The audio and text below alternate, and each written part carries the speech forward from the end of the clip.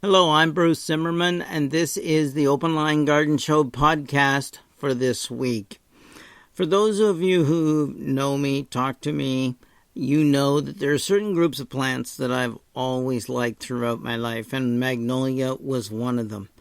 When I first started, when I was, let's say, in the nursery and teenage years, magnolias in the show gardens would always throw suckers up from the roots. Or they would layer themselves and get rooted in. And I would sort of, be doing the maintenance, so I didn't think this was a good idea. So I would let them go and then eventually just cut them off and pot them up and take them home, making my backyard look like a magnolia grove of trees. And the blooms in the spring were just incredible. But of course, you had to make sure you were bagging up the leaves that the lawnmower ran over, the petals, etc. But it was a bit of a mess, but it worked, and boy, they're magnificent to this day. Now, magnolias are one of my favorite plants, so I had the opportunity of taking a look at a book. This is called The Plant Lover's Guide to Magnolias by Andrew Bunting. This is done in association with the Botanical Gardens at Kew, which is always a good sign right there. And it's published by Timber Press and distributed in Canada by Thomas Allen. This book, in my opinion, is excellent in the fact that it goes and talks about the use of magnolias in the landscape. It covers shapes, sizes, and breaks it down for you for your needs. And that is excellent. And I can't fault the information in here. Every time I look up magnolias that I've had personal work with, right? Hands-on. They're dead on accurate as to what they're saying about these different types of magnolias. So they do magnolias for small spaces, and I'll give you a couple examples. And that is, of course, the Magnolia grandiflora teddy bear or southern charm. You can try that one. Okay, the girl series. Now that's one of the ones that you're going to go out to the garden center and you're going to say, oh yeah, I like a magnolia. And they'll go, yeah, okay. Which one do you want? Oh, we got Susan. Yeah, well, let's go with Susan then.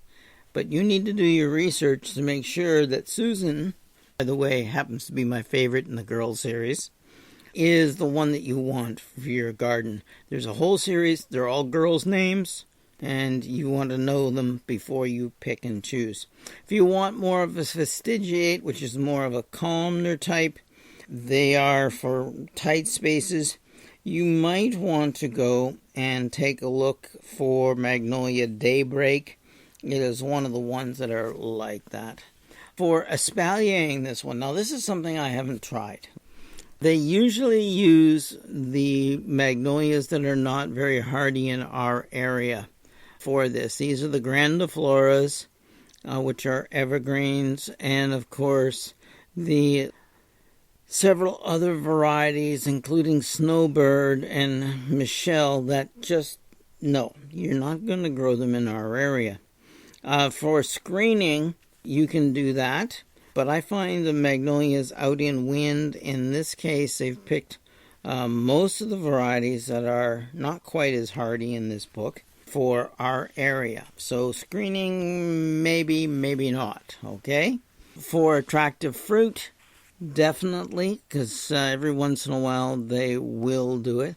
The tripetallata is more of a native type. You wouldn't recognize it as a magnolia, but it is. But there are others that will give you colorful fruit. Not really my forte. But then if you want pink, well, there's always Galaxy, which is considered one of the elite of the magnolias as well. And they go and they do the purple ones. And of course, we all know the old purple one up here, which is Magnolia, Crossulangiana, Niagara, or Propria. One or the other, depends on who you talk to. They have red flowering ones. I have to admit, the red have a tendency to be a little more like a dark pink, and I'm not overly thrilled with those. Try the Vulcan, see how that goes for you. The book also covers the evergreen varieties, and it does each different magnolia on a whole page. So the whole page is dedicated to one variety. So let's say Magnolia Elizabeth, which is a pale yellow. It's more vertical.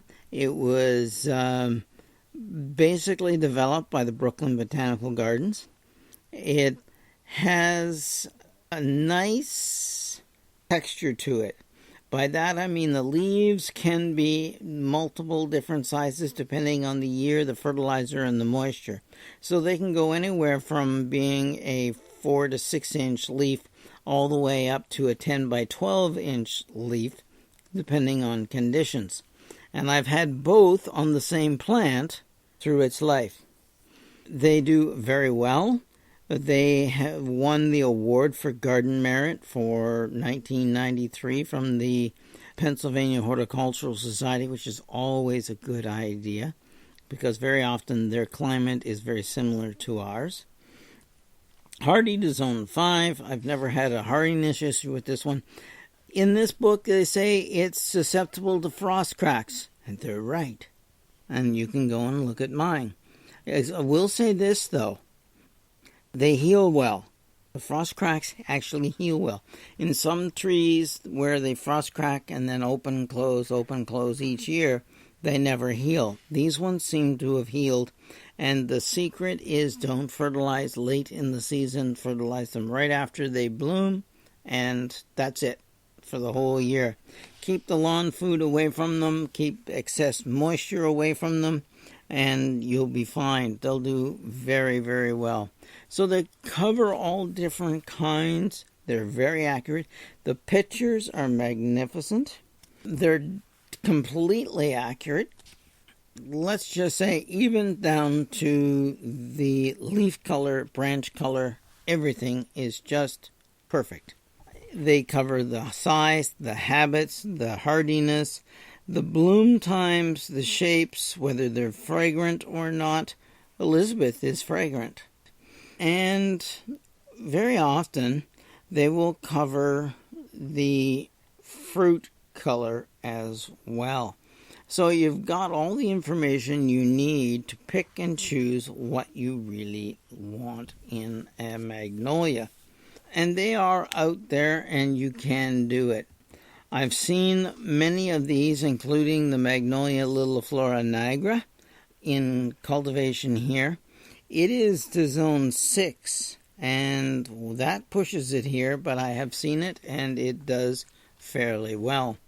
Of course, the types that are of the star magnolias that are, of course, a lot tougher seem to be doing very well here.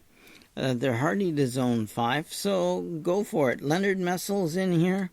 You know that I like Leonard Messel because of the purple buds that open to a nice pink. They're a star. They're very early. They're fragrant.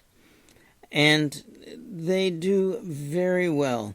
They like a well-drained soil and believe it or not, propagate well from cuttings or grafting. So this is one of the ones that is more of a large shrub or a small tree. It becomes rounded with age, but it responds well to heavy pruning for sizing. And I do this to my Leonard Messel every few years, and it seems to take it very, very well. There are a number of the star magnolias covered in here, not just the Solangiana varieties and the evergreen varieties, though they're in here. Yellow are in here, white are in here, pinks, the darks, reds, the water lilies, the royal stars, the stellatas, the crosses. I did mention the yellow ones, I think. They're all covered, and it's a whole page on them with these fantastic color pictures. They also cover planting, care, bugs and diseases, and it's all done extremely well. Easy to read, easy to find the information, and yet it should be inspiring because it gives you such accurate and beautiful pictures. The information about covers also a little bit about where to buy and where to see them. The where to see them is actually very good, so you should take a look at that. Where to buy, it's always going to be to your local area, so that changes, as you know, in this one. One should know that the author of this book is also works at the Chicago Botanical Gardens. So we're not talking about, someone who doesn't have experience, who has actually grown them and actually cold climate growing magnolias. So I think it's a darn good idea. Where the Sea is very interesting, and that is that they cover all the different countries of the world, whether it be Ireland or Colombia or Australia, China, they're there. Okay, what country? They give you a place to go and take a look at the magnolias. We just won't say anything about the United Kingdom. It's a rather large section, right? Because they do, of course, grow them. And in the United States as well. It does give a hardiness zone temperature, so you can interpret your zones. If you're not familiar with your zones, you can at least see what the temperature ranges are. And I think those are the things that you need to know. Planting, bugs, disease, how to pick the right magnolia, right color, right blooming time, right shape in your landscape. And I think that's what you're looking for in a good book. Besides the fact that there is a ton of varieties available in this book, all again with very accurate, very colorful, proper pictures of each and every variety of magnolia covered, and there's a lot of them covered in this book. So it's The Plant Lover's Guide to Magnolias by Andrew Bunting. It is published by Timber Press, and it is distributed in Canada by Thomas Allen. So please, pick this up. You will like it. This book is good enough to sit as a coffee table book as well as a reference guide in your library. It's going in my library. That's a good one. I would give this book possibly 4 out of 5 stars. The only reason it doesn't get the 5th star is because I wanted to cover more magnolias. Not that there isn't a ton of magnolias already in this book, but you know me, I like my magnolias. That's all. I'm Bruce Zimmerman. This is the Open Line Garden Show podcast for this week.